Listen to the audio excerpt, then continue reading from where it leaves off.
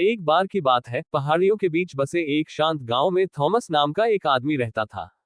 वह एक साधारण व्यक्ति थे, किसान के रूप में अपने जीवन से संतुष्ट थे। थॉमस के पास जमीन का एक छोटा सा टुकड़ा था जहां वह फसलें उगाता था और कुछ जानवरों की देखभाल करता था।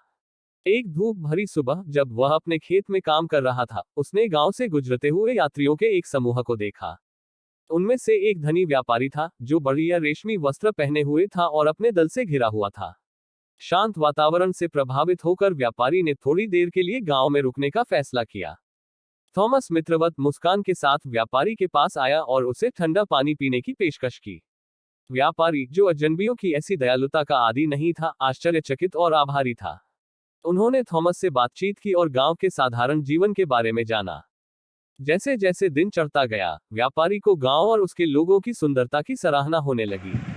उन्होंने वहां रात बिताने का फैसला किया और थॉमस को अपनी कृतज्ञता के प्रतीक के रूप में एक उदार राशि की पेशकश की।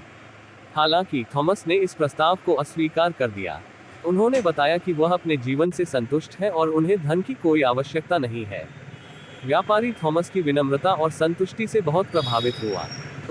अगली सुबह जब व्यापारी और उसका दल गांव छोड़ने के लिए तैयार हुए, तो उन्होंने थॉमस को अलविदा कहा और उन्हें उनकी मुलाकात के प्रतीक के रूप में एक छोटा, जटिल नक्काशीदार लकड़ी का बक्सा दिया।